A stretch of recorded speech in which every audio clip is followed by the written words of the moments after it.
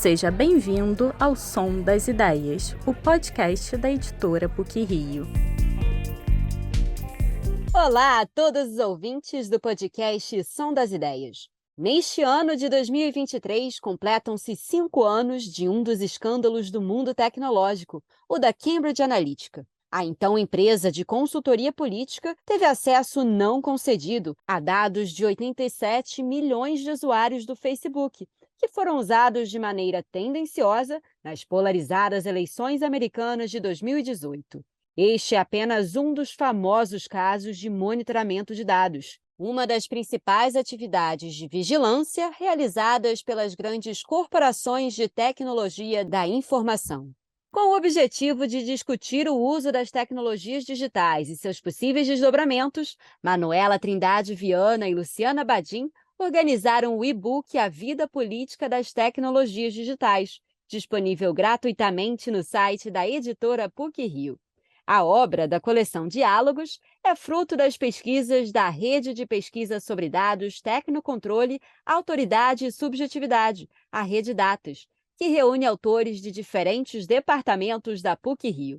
Neste episódio, Manuela Trindade Viana e Luciana Badim discutem questões relacionadas à era digital, seus efeitos e implicações.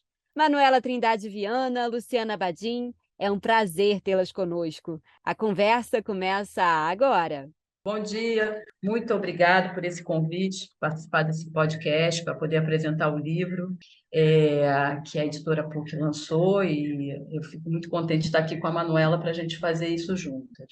Eu acho que a primeira coisa é apresentar, né, a rede de pesquisa sobre dados, tecnocontrole e autoridade e subjetividade, que foi uma iniciativa que começou em 2019. O objetivo da rede, né, era justamente fazer uma abordagem transversal sobre o impacto nas dinâmicas políticas, econômicas e sociais das tecnologias digitais. E aí, nesse sentido, foi algo que a gente começou a articular dentro da PUC-Rio, né? Vários pesquisadores de alguns departamentos que também já estavam trabalhando sobre o tema e que precisavam apenas dessa conexão para a gente poder criar essa abordagem mais ampla, né? Mais transversal, sobre esse fenômeno das tecnologias digitais e como isso vinha impactando em vários campos, né, da vida humana, não apenas questões econômicas, políticas, ou enfim, mas para além disso tudo, né? E aí, nesse sentido, né, a gente começou a se articular e contamos, né, logo de cara, nesse primeiro momento, de pesquisadores e professores do Instituto de Relações Internacionais, do Departamento de Informática e do Departamento de Direito da PUC-Rio, né? Então, são pesquisadores de diferentes formações, né, e opiniões, obviamente, sobre a era digital, sobre suas consequências e, inclusive, sobre os possíveis rumos, né? Então, mas o que nos unia, e continua nos unindo, na verdade, é compartilhar algumas preocupações comuns sobre esses, né, desdobramentos desse novo momento que a gente está vivendo, que é a era digital. Então, a gente logo no começo se lançou, apresentou a rede para o Instituto de Humanidades, né, a partir de um edital que foi aberto, ganhamos apoio, inclusive, né, foi decisivo esse apoio, porque viabilizou, né, a própria publicação desse livro. Eu acho que uma coisa que a gente tem que mencionar sobre essa trajetória, né, da rede Datas é que se a gente começou nossas atividades em 2019, né, então foram no primeiro momento a gente foi formando grupos de estudo, fomos fazendo encontros regulares para ir nos conhecendo nossas sinergias, nossas opiniões, dando algum sentido comum, né, a essa rede. E fomos, né, atropelados pela pandemia que, né, logo em março de 2020, a gente teve que suspender esses encontros presenciais. Lógico que a gente poderia, né, e continuamos nos encontrando online, mas muito, né, atarefados com a própria, né, impacto da pandemia e como que cada um de nós, professores, teve que lidar com esse novo ambiente integralmente online e, portanto, resolvemos, para não nos dispersarmos, centrar mais energia na feitura desse livro, né? Já era uma ideia que existia, mas virou, né? O livro virou um lugar, né? Um caminho para a gente continuar nossas atividades de entendimento, reflexão e de realizar uma atividade comum, né? Estarmos nos formando, né, enquanto um grupo um pouco, não uniforme, porque essa nunca foi a ideia, a gente sempre valorizou a nossa heterogeneidade, mas, né, a gente poder trocar, compartilhar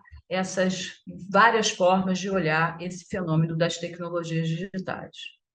Então, só para, né, dar sequência, falando um pouco, né, sobre a própria composição do livro, que justamente valoriza, né, essa ideia de ter, né, um olhar multifacetado, mas há um fundamento comum que perpassa toda a reflexão, que é transversal a toda a reflexão que o livro vai fazendo, que é o fato de que, efetivamente, essas tecnologias digitais, elas vêm, né, de mão dada com atividades de vigilância, né, com um aparato de vigilância, com atividades de vigilância que são sistematicamente praticadas pelas grandes corporações de tecnologia da informação. E não só, né, pelas essas tecnologias, mas através desse veículo, dessas empresas, que esses dados são extraídos, né?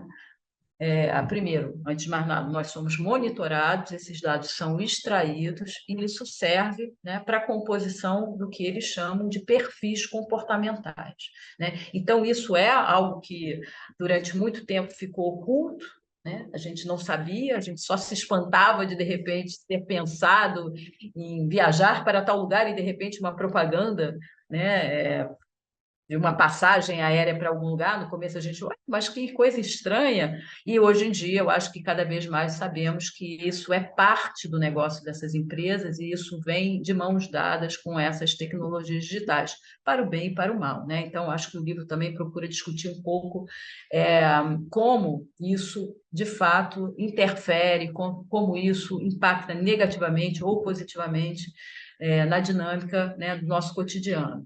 E também processos políticos, como a gente vai ver mais adiante. Então, eu acho que uma das primeiras coisas, né, a destacar é que não é só a tecnologia, mas o impacto dessa tecnologia a partir do momento em que, dentro desse modelo econômico, essas tecnologias vêm de mão dada com esse aparato de vigilância, né? Então, essa é a primeira coisa que é uma preocupação comum, é isso que permeia um pouco todas as nossas reflexões em vários campos, né? Alguns destacando a positividade, outros a negatividade, outro como isso impacta na própria, né, formação, né, reprogramação do Estado, ou, enfim, como é que isso impacta nos processos políticos, enfim. Depois a gente vai conversar um pouquinho mais sobre essas multiformas de avaliar, né, esse estado de coisas. Antes de entrar especificamente no conteúdo do livro, né, e nos vários capítulos, porque isso aqui, na verdade, é um enorme convite para que vocês tenham a curiosidade de ler, porque eu acho que é muito interessante a forma como são várias mentes, várias formações, vários olhares. Então isso torna para o leigo, quem não está muito acostumado com, né, a discussão sobre tecnologia, muito convidativo, muito fácil de ler, né?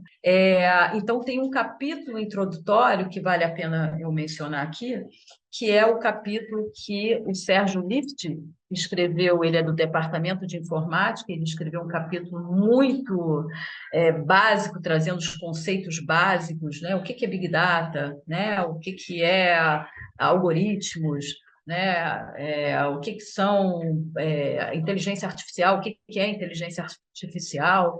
Então, isso ajuda, né, não só a gente entender um pouco mais, né, tornar mais amigável, né, toda essa linguagem mais técnica que a gente da área de humanas ou de áreas sociais não tem muita familiaridade, e, ao mesmo tempo, ajuda, né, a gente a entender que a tecnologia é uma coisa, né? E que não necessariamente essa tecnologia ela tem que vir, requer esse aparato de vigilância. E isso se dá dentro de um momento específico, dentro de um modelo específico, que é o nosso sistema econômico capitalista. Mas não necessariamente porque eu faço uso e sou dependente dessa tecnologia digital, eu tenho que entregar todos os meus dados pessoais.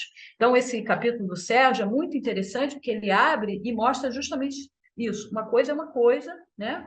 Outra coisa é outra coisa, né? Claro que essa extração de dados no seu nascedouro, né, há um tempo, no começo foi o Google, né, o grande pioneiro disso, fazia para aprimorar a inteligência da máquina. Só que são dados muito específicos, limitados para esse aprimoramento. O que se faz hoje em dia é captar muito mais, extrair muito mais dados do que o necessário para o mero aprimoramento, né, do funcionamento da inteligência artificial, que nos ajuda, vai melhorando esses aplicativos, tudo isso. O que se faz hoje é muito além disso. Então, a primeira coisa que ajuda, né, esse artigo do Sérgio é mostrar isso, né? Definir, refinar um pouco o nosso olhar sobre o que é essa tecnologia. E aí ajuda, né, Manuela, a mostrar que de neutralidade não tem nada, né? Que é muito pouco neutro, na verdade, é um uso específico que essas empresas de tecnologia digital estão fazendo dessas tecnologias. Oi, bom, enfim, obrigada por passar a bola, Badin. Eu acho que tem vários pontos que você mencionou na sua fala inicial que se conectam com preocupações assim que guiam, né, várias das contribuições desse livro. Mas eu queria começar dizendo bom dia, agradecendo a editora PUC-Rio pelo convite, né, da gente estar aqui apresentando esse livro, que também, como mencionado pela Badin, Luciana Badin, né, ele é um conjunto de trabalhos, né, na verdade, que refletem um conjunto de olhares sobre, enfim, fenômenos que estão aí ao nosso, né, no nosso ao redor, né, cada vez mais a nossa cotidianidade, mas que operam no sentido de da gente pensar com e contra as tecnologias, que é justamente essa, digamos assim, a preocupação central e a importância do capítulo do Sérgio Lifshitz, que abre o livro, né? E pensar, sobretudo, enfim, esse exercício da crítica por meio de inscrever essas tecnologias digitais no seu caldo sociopolítico, né? Daí o título do livro, A Vida Política das Tecnologias Digitais.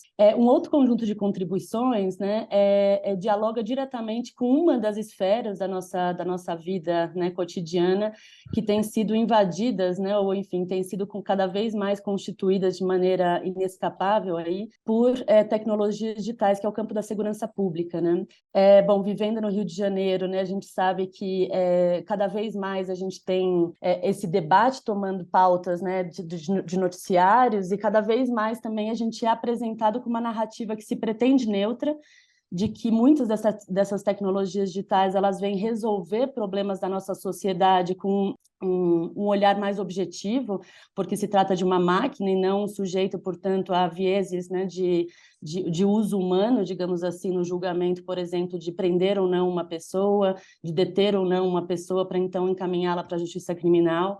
Uma dessas tecnologias são as câmeras portáteis que têm sido incorporadas no estado de São Paulo, né, como uma forma de constranger o uso da letalidade policial ou mesmo a truculência da polícia, né? Então, acho que essa narrativa ela poderia ser lida de um olhar mais crítico como um sequestro da crítica, né? Ou seja, um conjunto de críticas sobre processos históricos que fizeram com que determinadas racionalidades de policiamento se projetassem, né, em determinados territórios da cidade, com essa truculência, e a gente substitui toda essa crítica por um recurso tecnológico que supostamente vai servir para constranger, né, a ação desses policiais. E aí a gente tem um conjunto de debates sendo tocado não somente na academia, mas também na sociedade civil, né, que busca apontar para os limites disso, né, que o sujeito ele pode ser constrangido, mas ele também pode desligar a câmera, né, que é um conjunto aí de depoimentos cada vez mais frequentes que a gente tem lido sobre essa reação aí dos policiais a essa decisão, né, de que eles devam portar essa câmera. E a outra tecnologia muito presente na nossa discussão sobre segurança pública são as tecnologias de reconhecimento facial, né? Então, tem diversas instituições da sociedade civil que têm discutido isso, e eu acho que Se a gente olha, né, para o percentual de que 90% das pessoas detidas por reconhecimento facial são negros, o que significa isso, né? E eu acho que tem um conjunto de contribuições do livro que ajudam a gente a pensar e a engajar com isso. Daí um livro que não se pretende uma circulação restrita à academia, né, mas pretende dialogar com um conjunto de processos que estão aí povoando o nosso cotidiano, mas que ajudem a gente a pensar com e contra essas tecnologias digitais, né? E aqui eu queria tomar uma oportunidade para falar sobre outra importante contribuição desse livro, que é a tradução para o português de um trabalho, né, originalmente publicado em 2002 no periódico Cultural Studies, de autoria da Simone Brown, né? Para quem não sabe, a Simone Brown ela é uma professora da University of Austin, Texas, né, nos Estados Unidos, e ela tem uma importante publicação que em 2015 passa a circular aí no mundo e alimentar diversos debates sobre vigilância, não somente, mas também no campo, dialogando com o campo da segurança pública, que se chama Dark Matters on the Surveillance of Blackness, né? E esse livro, esse artigo que a gente traduziu para o português, né, em diálogo constante com a Simone Brown, né, ele é um resultado parcial que resultou posteriormente nesse livro, né? Então, em 2012, o livro ainda não estava publicado, mas ajuda a gente a pensar, né, a partir de arquivos que a autora explora na Nova York do século XVIII e XIX, né? O que esses arquivos, né, sobre atualizações legislativas e um conjunto de tensões aí regulatórias sobre a circulação dos negros na cidade de Nova York, né, o que isso nos permite pensar sobre a economia de visibilidade, né, a partir de mecanismos de vigilância projetados especificamente sobre a população negra, né? Mas também com que critérios esses limites colocados à circulação dos negros na cidade eram atualizados, né? Eu acho que uma centralidade do trabalho da Simone Brown ela reside justamente no fato de que a reivindicação da autora, de modo mais amplo, é dizer toda vigilância encontra, né, toda racionalidade de vigilância encontra na vigilância dos corpos negros, né, a sua pegada biográfica. É dizer, a vigilância ela é, em sua essência biográfica, né, um processo de construção, né, que remonta ao regime escravocrata. E isso também, acho que, de certo modo, é retomado, né, com uma preocupação um pouco mais contemporânea por um outro autor que está no nosso livro, né, que é o Pedro Paulo da Silva. Ele concluiu o mestrado no Instituto de Relações Internacionais da PUC-Rio e hoje trabalha na Open Society. E, na verdade, ele está discutindo, né, uma cara contemporânea também dessa pegada biográfica e do racismo em processos de vigilância no campo da segurança pública, para pensar como que a discussão sobre modelos de policiamento, né, ela busca ser atualizada, né, constantemente por meio de debates que se apresentam para a gente como eminentemente técnicos, né? É dizer, olhando para o policiamento comunitário, que é tido hoje em dia como a crista da onda, né, do policiamento não somente mais humano, ou que se pretenda como tal, mas também mais atual, no sentido de responder a diversas críticas que foram colocadas às práticas de policiamento, né? Como pautar esse debate única e exclusivamente em um conjunto de critérios técnicos, né? Sejam eles uma racionalidade de custo-benefício, né? Sejam eles por meio da mobilização de recursos tecnológicos que podem tornar mais eficientes o trabalho da polícia, né? Como isso sequestra, ou melhor, invisibiliza a crítica que se faz e fez historicamente, né, ao policiamento como uma prática de controle social que entende, né, determinados grupos da sociedade como naturalmente problemáticos, né?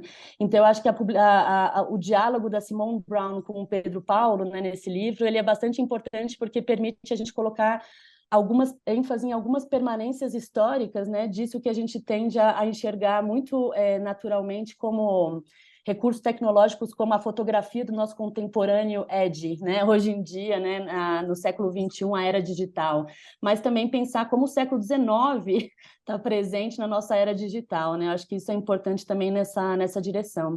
E, por fim, eu queria comentar nesse primeiro momento também uma outra contribuição, né, da Luísa Lobato, que é também pesquisadora e hoje em dia é coordenadora do Instituto de Humanidades Digitais, né, da PUC-Rio. E a Luísa, pensando aí na experiência de pesquisa de doutorado dela, ela se propõe a discutir, o que eu acho interessante desse capítulo é porque ele traiçoeiro no bom sentido, né? Ela se propõe a fazer uma discussão metodológica de como pensar aplicativos de segurança pública, né?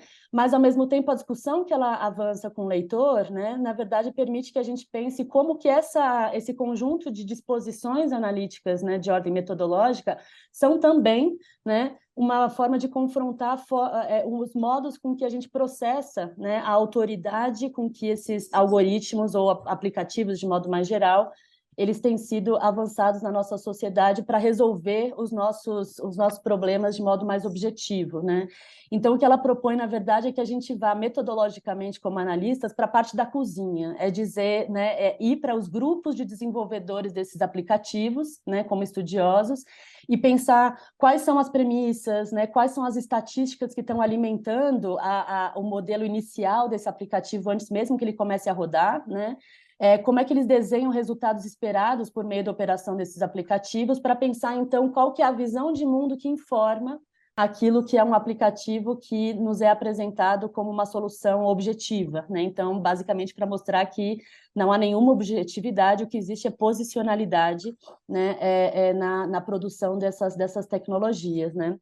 Enfim, a gente tem uma miríade de temas, né, tratados nesse livro. Eu queria só, acho que tem um diálogo mais íntimo, né, entre esses 3 capítulos que eu acabo de mencionar, mas, por certo, aí também existem outras pontes possíveis com outras contribuições, né, Badin, com relação mais a temas de democracia ou regulação. Conta para gente. Não, e isso é muito interessante, porque, na verdade, está tudo muito conectado, porque o que a gente está reafirmando a cada capítulo, ou a cada agrupamento de capítulo, é que não há uma neutralidade, há assimetrias, há relações de força, de poder, que estão transvestidas dessa neutralidade, né? Então, e o impacto disso, né, na segurança, a gente está vendo, você, né, falou muito bem, né, essa questão de como se mantém, né, o racismo estrutural por trás, né, dessas várias formas de monitoramento de determinados corpos, de determinados grupos sociais. E se a gente for pensar no campo da política e do impacto sobre a democracia, um dos casos emblemáticos, né, que eu acho que muitos de vocês já ouviram falar, né, tem alguns documentários, o mais conhecido é aquele Privacidade Hackeada, que está no Netflix, e que expôs muito bem o caso do escândalo da Cambridge Analytica. Porque esse escândalo revelou o potencial manipulador, né, que ter acesso a determinados dados pessoais, né, não poucos dados, dados que revelam valores, posições políticas, preferências sexuais, né, enfim, gostos de consumo, perfis econômicos, enfim, uma série de informações que são capazes de traçar perfis psicológicos muito decisivos, né? Então, vamos lá, vamos falar um pouco do caso da Cambridge, porque talvez alguns de vocês não lembrem muito bem, mas o escândalo da Cambridge foi quando se revelou que essa empresa de consultoria britânica, né, política, é uma empresa de consultoria política britânica, que atuava mundialmente, porque ela foi fechada, né? Então, vale o verbo passado, né? Depois desse escândalo, ela teve que encerrar suas atividades, mas, particularmente no caso das eleições do Trump, porque ela atuou também no caso do Brexit, como a gente vai ver, né? Há um artigo que foi escrito no livro que menciona essa interferência que se sofreu, né? O referendo sofreu por conta da Cambridge. Então, no caso das eleições do Trump, o que aconteceu foi, né,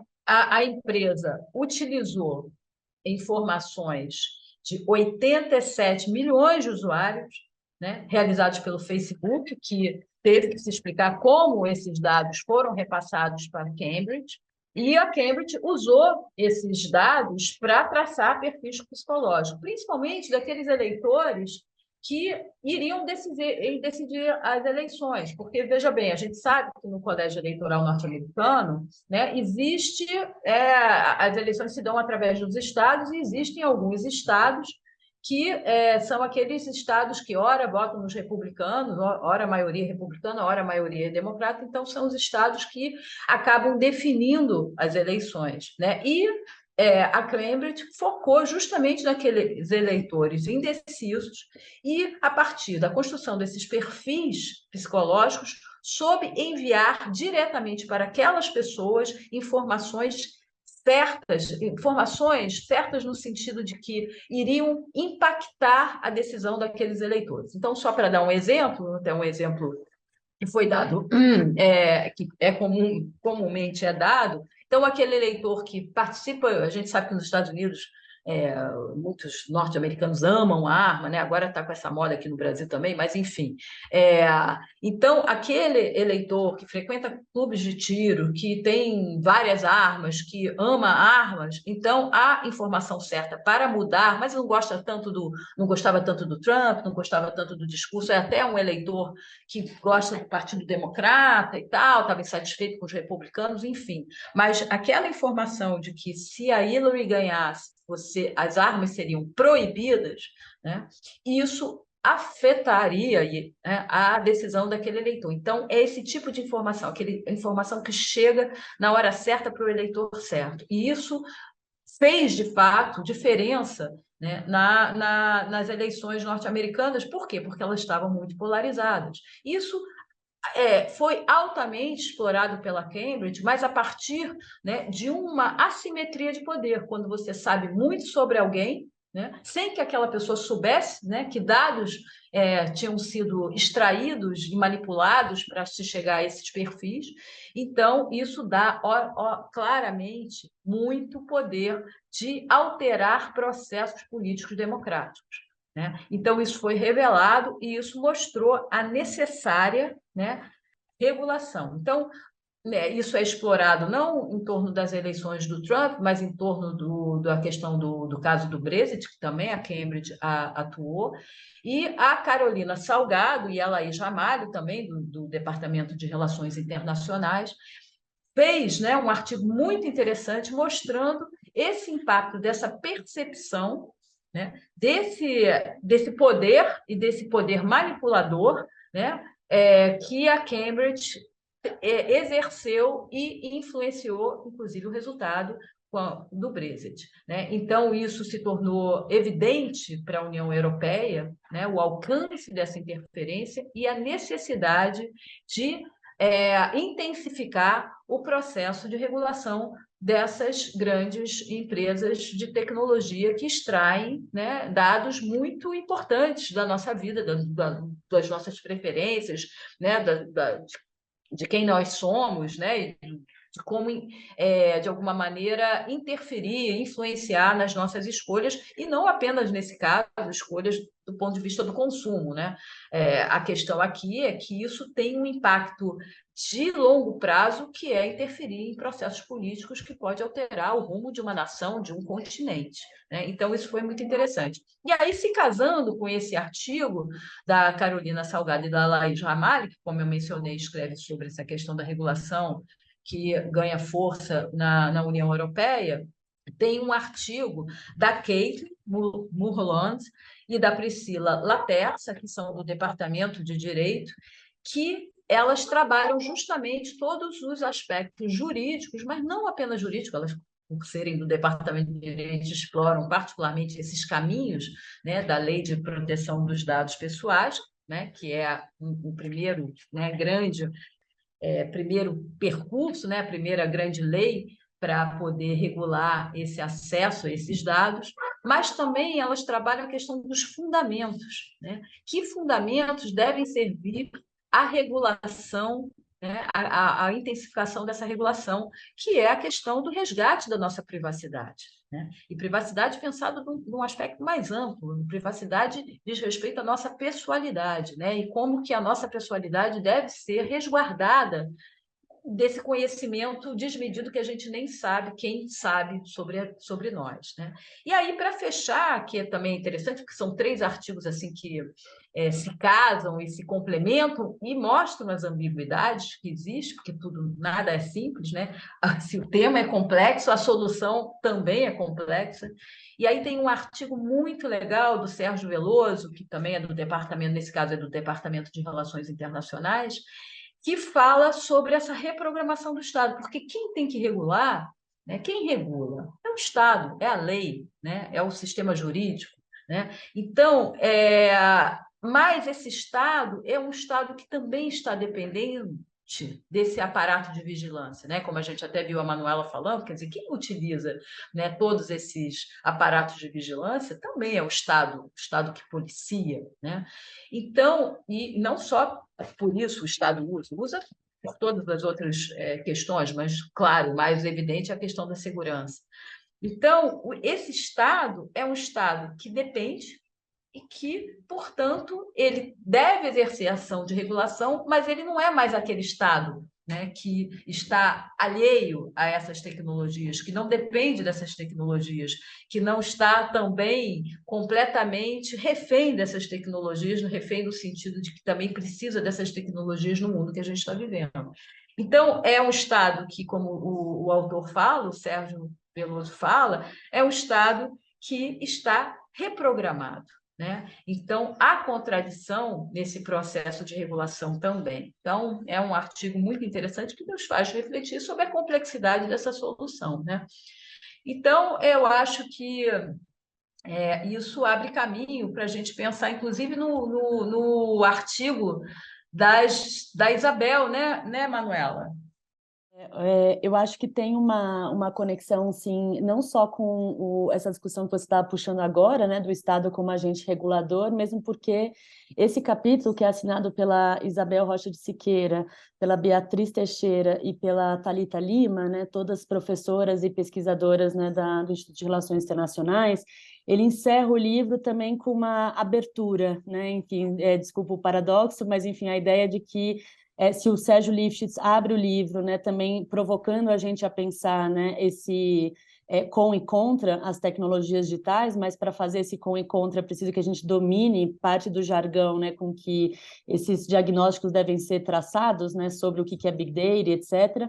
Elas vão colocar em perspectiva, eu acho que duas linhagens de uso dessas tecnologias digitais, né, em diálogo com o que a Badin estava falando agora, tecnologias digitais de vigilância, no contexto da pandemia, né, para pensar riscos de proximidade, né? Então, como no contexto da pandemia e o imperativo do isolamento, né, para cuidados com a saúde, um conjunto de tecnologias de vigilância foram empreendidas por esse Estado, né, que a Badin estava comentando.